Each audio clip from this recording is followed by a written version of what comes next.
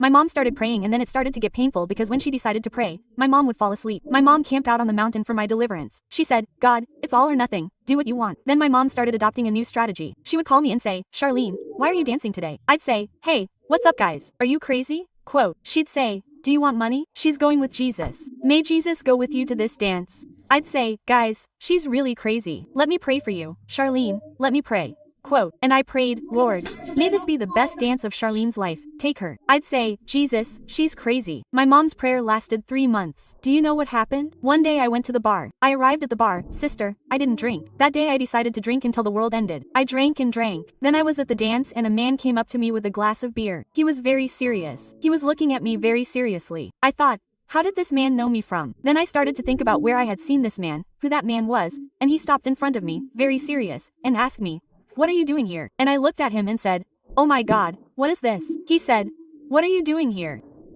Then I looked at him and said, son, you're mocking, the same as everyone else at the dance.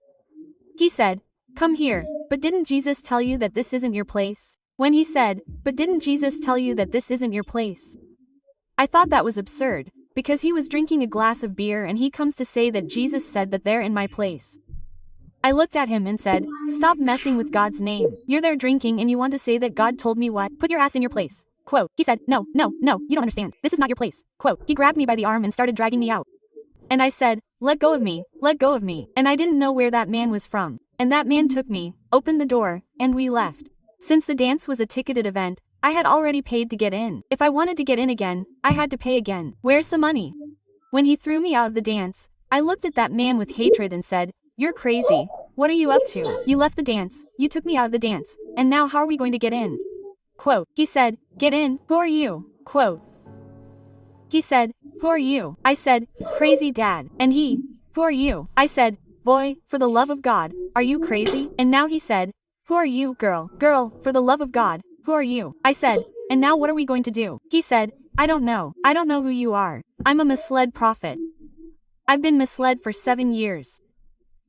And when I saw you at the dance, I saw an angel with a scroll in his hand said to me, get her out of here and get out. I looked at his face, my heart beat. He said, I don't know who you are. I said, my God, what now? What are we going to do? Quote, he said, I don't know. I'm going to look for the first church because I've never seen an angel of the Lord at the dance.